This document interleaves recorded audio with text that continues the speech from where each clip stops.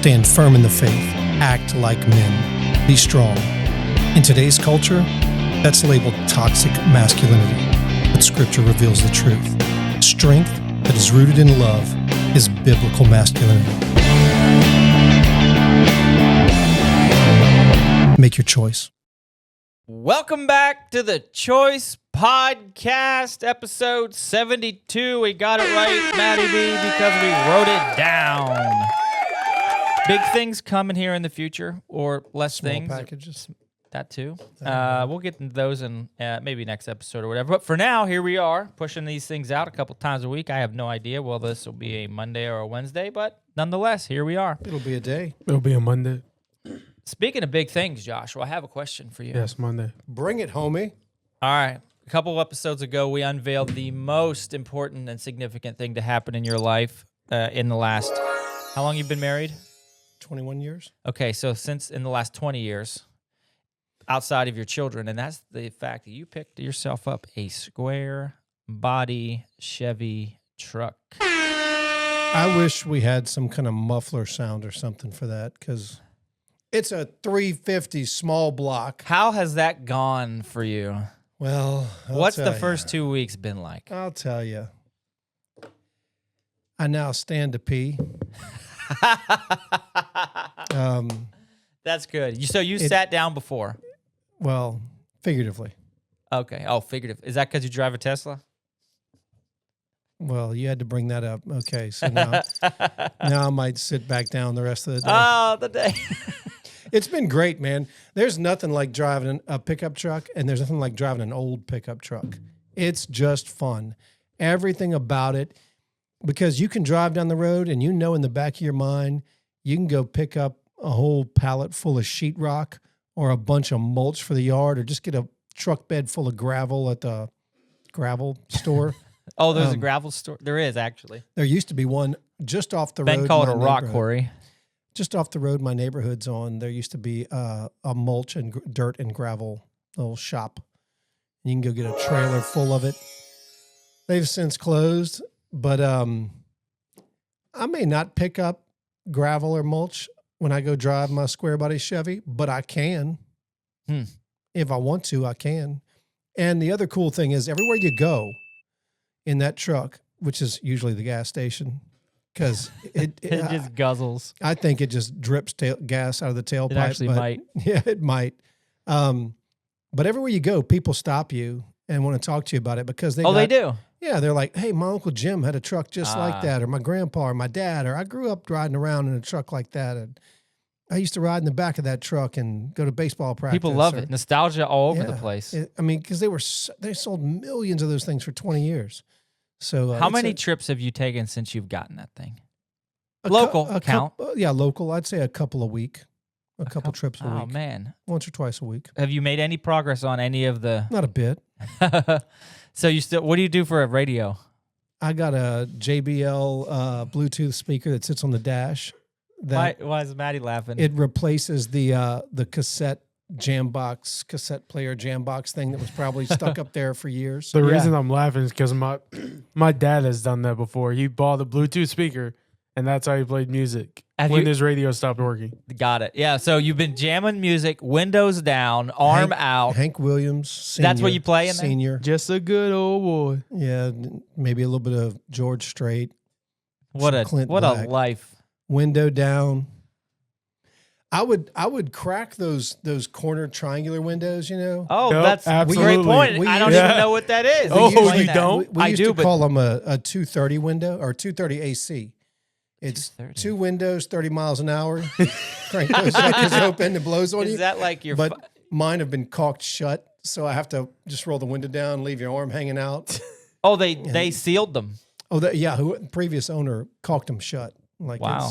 The truck I drove in high school had those, and I forgot about those little windows. Bro. And then half the time I would just boop, pop it open, and there you go. 230. There it is. 230 AC. So a driver's side door actually had 2 windows. Yeah. In the old days.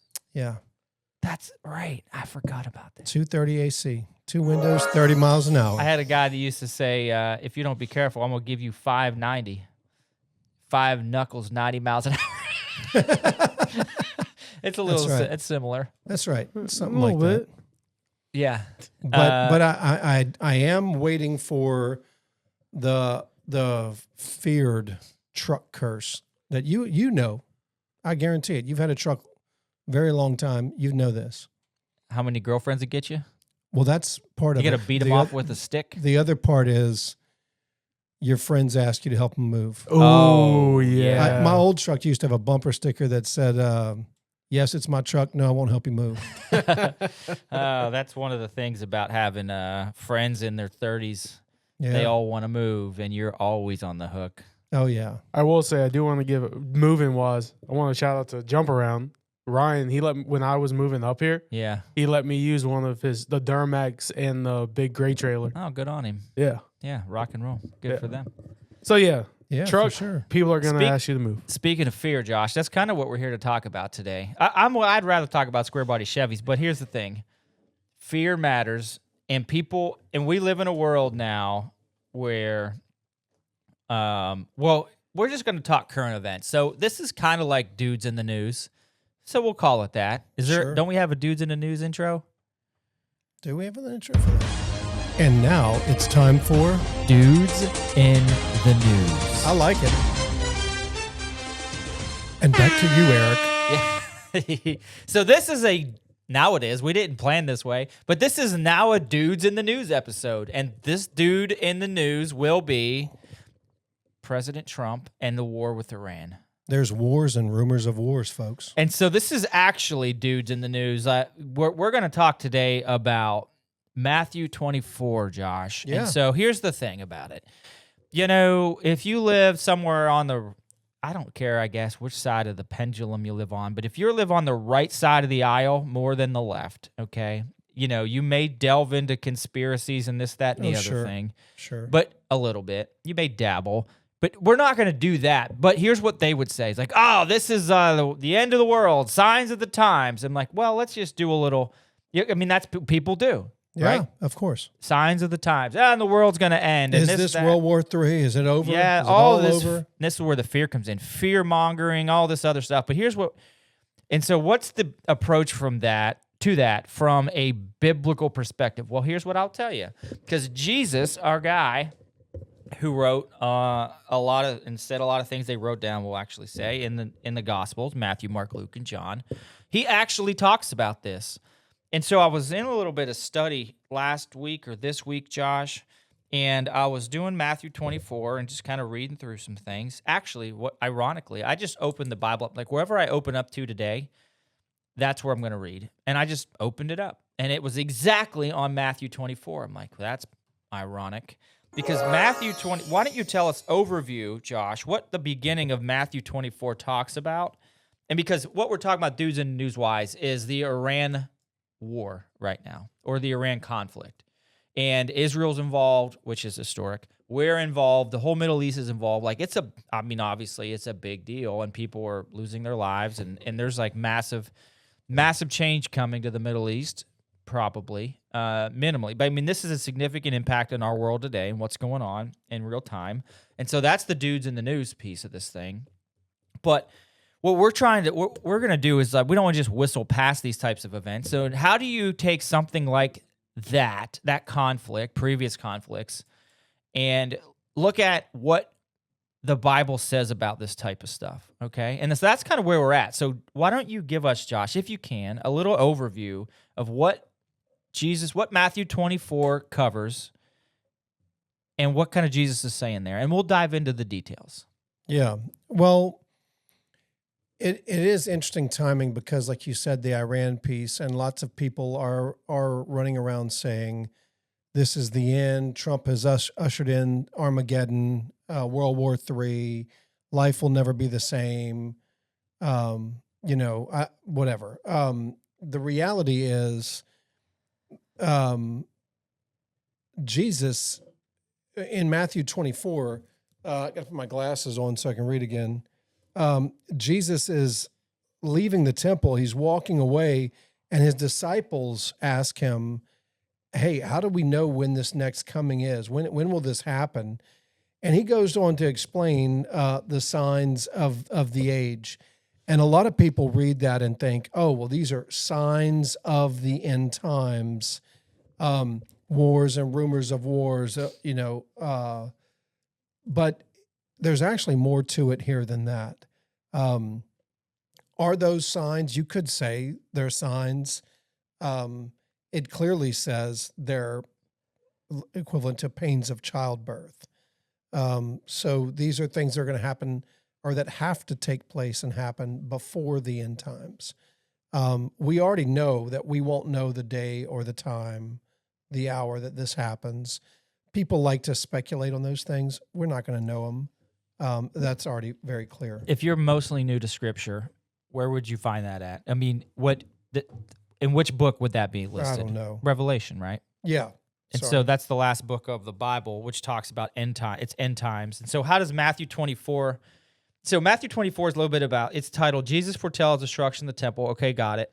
But then signs of the end of the age is one of the things. The end of chapter 3, tell us when will these things be, and what will the signs of your coming and of the close of the age? So they flat out ask him, very pointed.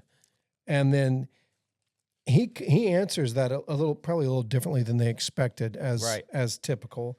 Jesus answered, "See that no one leads you astray," because that is part of the signs he talks about: false prophets, false Messiah, wars and rumors of wars. For many will come and say, "I am the Christ," and they will lead many astray. And you will hear of wars and rumors of wars. See that you are not alarmed. So he's telling us, don't be fearful about this. So even if the Iran thing, if you're grouping that in with the wars and rumors of wars, don't be alarmed by it. For this must take place, but the end is not yet. So he's telling us, if you see the wars, you hear about the wars, don't be alarmed. These things have to take place. But still, that's not the end. Right, and that's what people get wrapped around. Like every time we have a major conflict, this is the end. This is the beginning of the end of the world. Like, well, actually, let's take a look at this, right? And because like we know as Christians, and I don't know what level, or it doesn't matter what level of biblical IQ you have, that Jesus was here, he left, and Josh, here's a little news flash, he's coming back. And that's what and that's what Revelation tells us. So Matthew 24 gives an outline. It kind of says, like, look, these things are going to happen. The Son of Man will be back. And Revelation fills out the detail of how that will happen. But we're not going to get into the detail. We're just going to stay broad brush on the wave tops today. And so what we're doing is we're waiting for the signs, or we are, trying to assess the signs that he is coming. He said he's coming back. When will that be, and what does that look like? And so every time we see a war or destruction, and so we get wrapped around, or some folks get wrapped around that this is it, end of the age. And maybe, but what Jesus tells us here, and I'm going to read a little bit in chapter 24, starting in verse 3, is like you were saying, as he sat on the Mount of Olives, as he sat on the Mount of Olives, the disciples came to him privately saying, "Tell us, when will these things be, and what will be the sign of your coming and of the end of the age?" And Jesus answered them, "See that no one leads you astray, for many will come in my name, saying, 'I am the Christ,' and they will lead many astray. And you will hear of wars and rumor of wars. See that you are not alarmed, for this must take place, but the end is not yet. For nation will rise against nation, and kingdom against kingdom, and there will be famines and earthquakes in various places. All these are but the beginning of birth pains. And all these are but the beginning of the birth pains." So he's saying, don't freak out. These things are coming: famine, earthquake, kingdom against kingdom, false prophets, wars, rumors of wars. But don't be alarmed, for this must take place, but the end is not here yet. All these are but the beginning of birth pains. It's not the end yet. But I think what he's telling us, and what he will tell us further in 24, is you're not going to know. These are the beginning of the birth pains, but be ready. Well, there you go. Don't sleep on this. And that's the next thing, right? Because for Christians, they will deliver you up to tribulation and put you to death. You will be hated by all nations for my name's sake. He's telling this to the disciples, and they are, and you are. I'm talking to the viewers now, or listeners, and us, Josh, Matty B. Yep. And then many will fall away and betray one another and hate one another.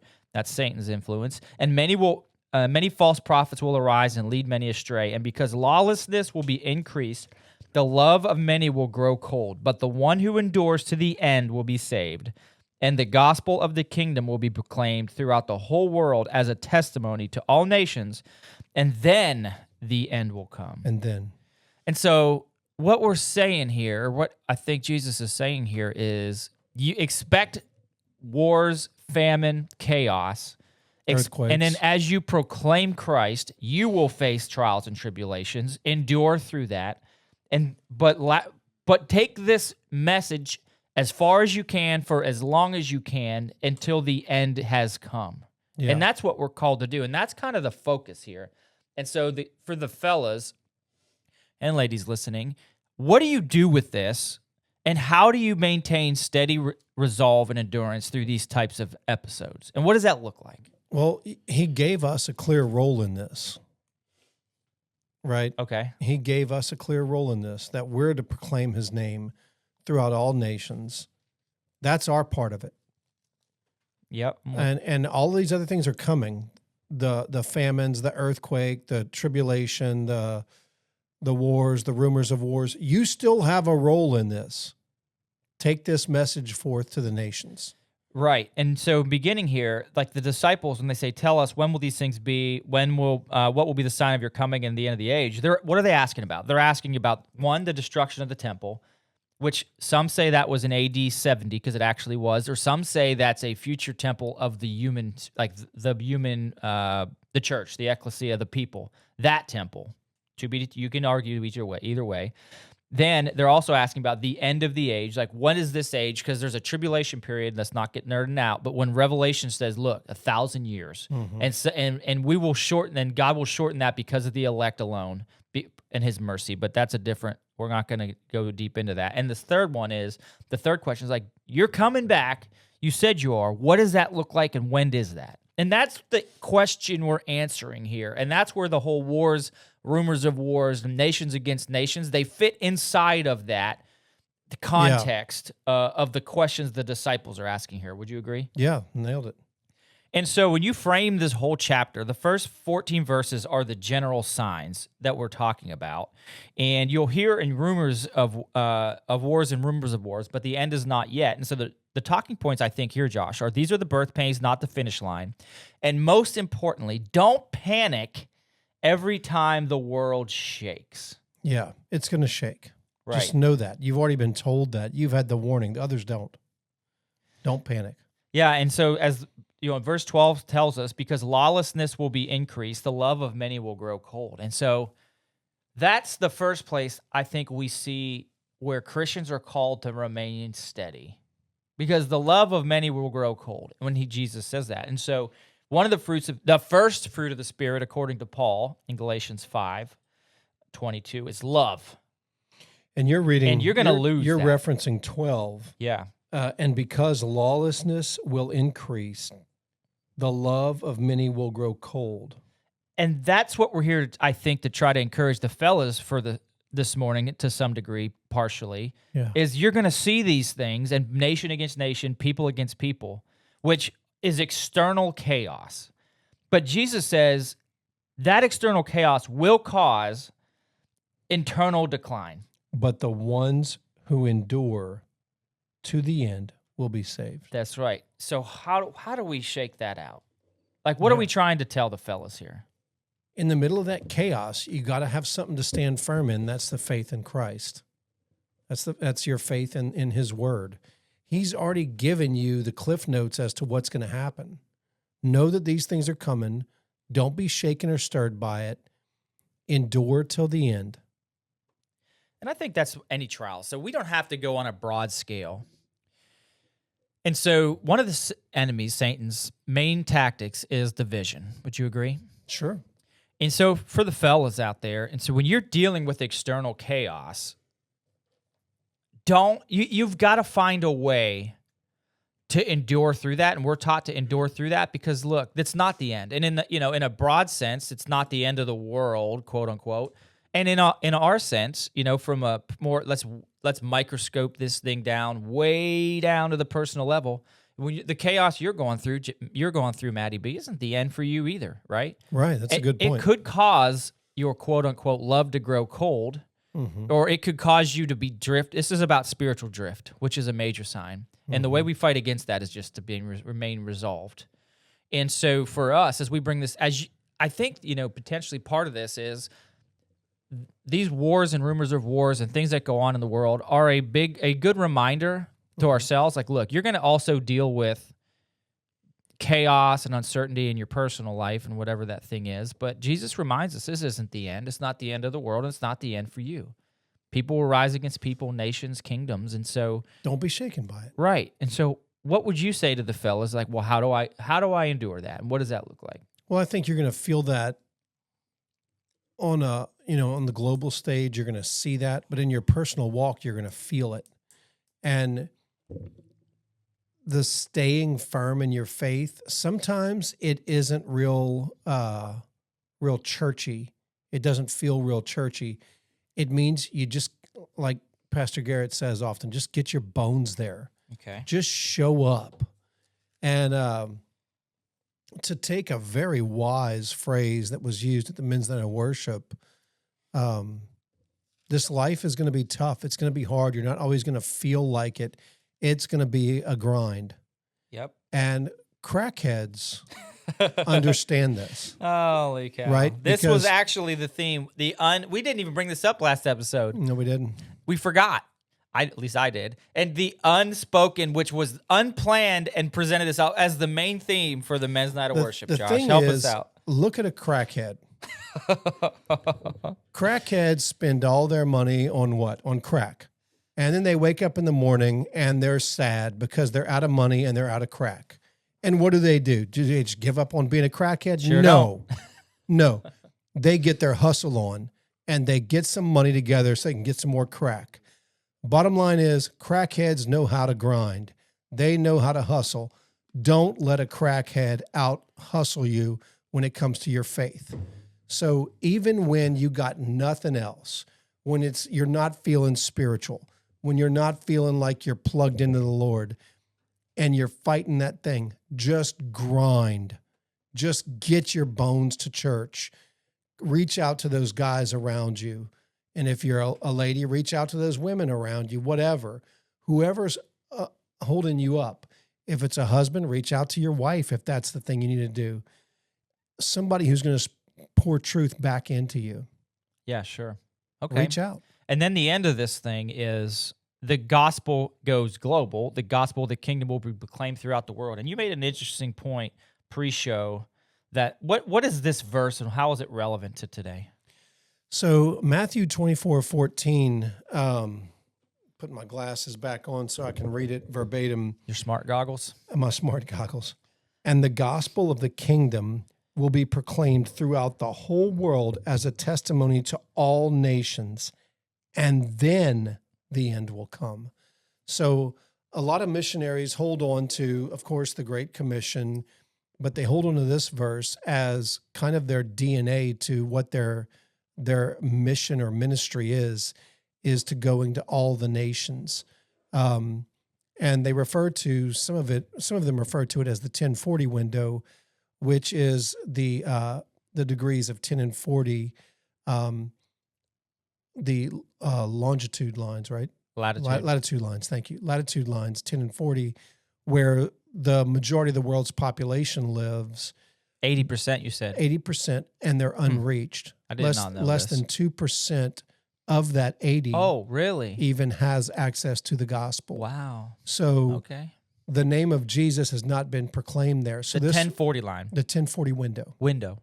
So this is India, parts of Asia, Northern Africa, Afghanistan, Iraq, Iran, those areas where they're largely hostile to the gospel or haven't even heard, don't even know the name of Jesus. So a lot of missionaries look at it at the end of that and says, this will be a testimony to all nations. So they need to get that gospel to all nations before the end can come. So they're trying to get the word of Christ to every nation every people group, every tribe, every tongue, every continent, and their big focus, unreached people groups. That's pretty good stuff. And so this is back, this is pre-Matthew 28. So this all ties into the same theme. I mean, this is Jesus' teachings and preachings when he was here. And I think this is a great place to challenge the men. So Matthew 24 is telling us, like, the gospel of the kingdom will be proclaimed throughout the world. But what he doesn't say is, if you read, what you're not reading there is stop proclaiming and just watch the end times happen. Right. Hunker down in your basement and Yep. be scared. Yeah, and he said, back off and let it be. He doesn't say that. No, you have an active role the whole time. That's right. And so you are proclaiming this thing to the end. And so the answer is, for the fellas who are, look, how do I approach these struggles? You got to maintain. You step on the gas even harder. Go. Bust through that roadblock. And that's in a visual. Like if you see these crazy California or wherever else protests, like some of the guys, like your option is to get stopped and jumped, or if you see you're about to get jumped, what do? Let's go. You hammer down the gas. Hammer down. And you bust through. There you go. And some of them will be tossed in different directions, but that's on them. Yeah. Satan and his enemies. And we're not advocating to run over anybody. However, if you're in a square body, you take out more. Anyway, the point is, I'll bet that thing would hold up well. It would more so than my Tesla. Yeah, you just submitted it again. That's okay. We love you. And so the question for the fellas is, and the other thing it doesn't say is just sit back and watch. That's absolutely right. And so the question for us is, whenever you're dealing with this, are you advancing or are you watching? There you go. And that's it. That's what this comes down to. So let this be a reminder to us as we go through these trials and struggles. Jesus is telling us here, it's not the end. It's not. It is not the end. Step on the gas and keep advancing. Double down. Yeah. Rather that you don't turn off the truck and watch, you hit the accelerator. That's it. And you go. Do you ever wonder, because we record 3 of these episodes in a sitting, and they might come out in different weeks, and those who watch now, do you ever wonder that we don't change our shirts for 2 weeks? I wonder if they sit there and think, man, those dudes have worn the same clothes for the last 3 episodes. I wonder if they think that. Why would they care? We've already established that you can wear underwear for 5 days. Yeah. You wore yours for 30 days once. I did. Rancid. I did. It doubled as toilet paper. Eventually. Not during, but after. No, during. But you didn't keep it back on. You No, I kept it on. Oh no. Not like you. Not like that. I mean, like you're in a bind. So, are you familiar with the term slit trench? So, for field soldiers, whenever you have no support from your military, you have no porta potties, no bathroom trailers, no whatever. You're out there in the field. You have a guy, it would be a guy, who's certified in field sanitation. And one thing is they got to get certified in is human waste disposal. So they'll do a mathematical equation, number of men in the field times number of days they're out there. And that will determine how big this slit trench has to be. And usually it's rather thin, very deep, and long. Just think a long trench. Yeah. And that's where you go to the bathroom. Well, we were do your business. We were 30 days, 32 days with no support. It was not a slit trench. It was a slit crater. Oh, Did they pre-dig or post-dig or expand? We pre-dug.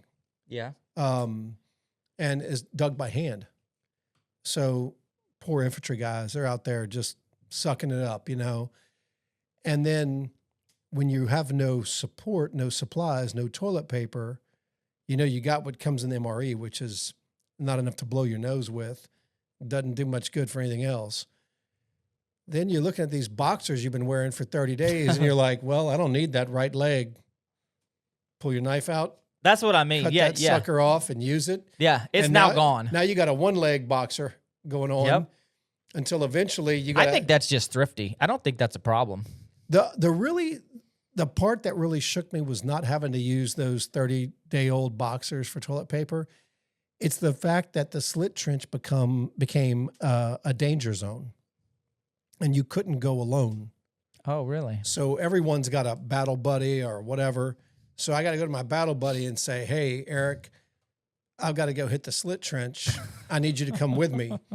There's nothing more humbling than walking over there in all your gear and then going to the bathroom. You got to take off your gear, and your buddy's got to hold his hand back like that. And you got to hold his hand, because the last thing you want to do is fall over into the backwards trench. and- Oh, So this you are getting you in bathroom business. you it are was. getting extremely close with that battle You've buddy. never told us this. We've gotten the kneecap to kneecap, You know what- interlocking knee hairs. You know what happens to your stomach Story. after 30 days of nothing but MREs? It makes the bathroom extremely eventful. Eventful. See, it gums you up for the first few. It depends on what you're eating. So they have peanut butter, they have cheese, and all this is, I wouldn't call it medicinal, far from that. But if you need to get plugged up, the cheese. Oh yeah, and it's If like you need to go, and it's a substance peanut that's butter. been manufactured to last for 30 years. yeah. when it's inside this got a- container. When it has a shelf life of 30 years, it's not supposed to be consumed by a human. Come on, are That's you right. kidding me? You kidding me? Oh, it's horrible. So you had to hold your hand with another dude. Hold my buddy's hand. Ugh. It was far So more. let's far talk about more the mechanics of explosive than this. that. All right, we can't move on yet. Okay. So the mechanics of this. Is So it like if you're the battle buddy, I'm your friend? if you're the battle buddy who's going to the bathroom, and I'm your friend, Okay, he's I'm standing gonna up. try to stay on the screen here. Okay. You're gonna have I'm gonna have my back to you, and my hand out like this. Okay. All right.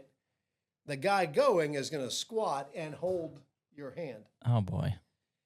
and it ain't fun. No, It's it doesn't sound fun at all. It's explosive. And We're on day 26 or so. now, at the end of that deployment, guys were, I forgot what they called it. They had some This is funny ridiculous. infantry phrase for it.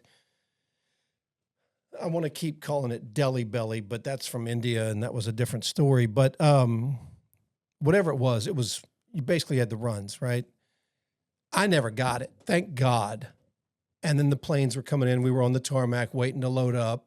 We were flying Tower Air, which is an unknown airline. All the infantry guys call it Terror Air because it doesn't bring Terra. it doesn't bring you anywhere good. Yeah. So I went to the porta potty because there were porta potties. The Air Force had moved in, and we're waiting on this flight, and all of a sudden it hit me, Oh no. and I fell victim On the flight. in the porta potty. Oh. So I walked out of the bathroom. I looked at that guy about to go in. I'm like, oh no, I ain't done, and I went right back in. Oh boy. And then we had to load up on the plane, and I flew back from Haiti to Griffiths Air Force Base in Rome, New York. Oh, I know where I that's flew back in the bathroom of the airplane. at. Oh no. We landed, and I was in the bathroom. Oh no. I was What bad. a bad day. So I went on People leave. remember this that knew you? Oh, without a doubt. If they deploy with me, they're all cringing right now. They're all actually getting up, going to the bathroom right now. Well, how do we always I- end up with potty humor, Matty B? On this I episode- came on this back. show? I came back to Louisiana on R&R after that, and I still had it. Dang. And I went to a doctor, and they ran all kind of blood tests, And you're saying that's from MREs? and they're like, we don't know what you've got, dude. It's just got to run its course. So Sheesh. I was like going around visiting friends and hanging out and bringing Imodium and Pepto-Bismol with me everywhere I went. That sounds terrible. I would just drink it out of the bottle. Your poor battle was- buddy. Your poor trench buddy. All those buddies, dude. I was on both sides of that thing. It was awful. It sounds awful. Well, I'm glad that we live in the. It was- This is third world stuff. So be happy you live in America, okay? Yeah, Number one. Operation Restore Democracy. We pooped all over Golly. that country. That whole country was my toilet. Unbelievable. This guy here.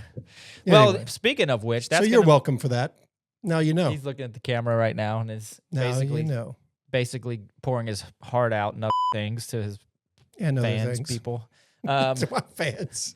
and his bathroom friends. Right now, he's apologizing to everyone who Victoria knows just him. threw her notebook across the room. She's been done a long She's time like, before "This is this. disgusting. Yeah, she's over it. But that actually reminds me of, as we said, first world countries in America. That's actually going to be our next podcast. And that's where we'll finish for today. We'll be a short one. So we are about to start, Josh, and I'm excited about this. Yeah. We'll leave it very broad brush. Sure. We're about to start a series, starting the next episode, in which we celebrate America's 250th birthday. In a very different way of celebrating. That's correct. And this was your idea. We'll get to it next episode. But we are going to put the founding fathers on trial. And I know. We have the Law and Order theme. Why didn't you use that for on trial? On trial. That's what I'm saying. Good work. Matty B gave us that brand new one. That's a debut.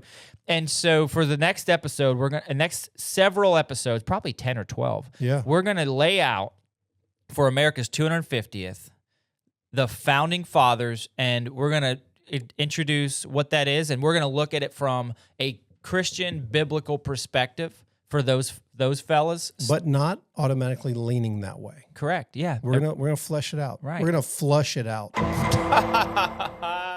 That's really good. Not really, but no, I like it's it. not. But and so that's this. So this was a hit and get. A real quick dudes in the news episode. We've got world events going on. We never want to whistle past those types of things and just ignore them like they didn't happen or aren't happening. So we just wanted to give guys out there a different perspective on world events, nation versus wars, and other types of conflict, and the bottom how line, to view it from a biblical perspective. The bottom line takeaway is you were already told from when this book was written that these things were going to happen. And you were told... Before it was written. Yeah. And you were told, don't be afraid. Keep pressing forward. The end isn't yet. You're not going to know the hour or the time anyway. Stay on mission. Do your job. Your job is to reach the nations with the gospel. That's it. Just do your job. And with that, friends, remember this. Men of the world, follow trends. Men of the faith, follow truth. Make your choice.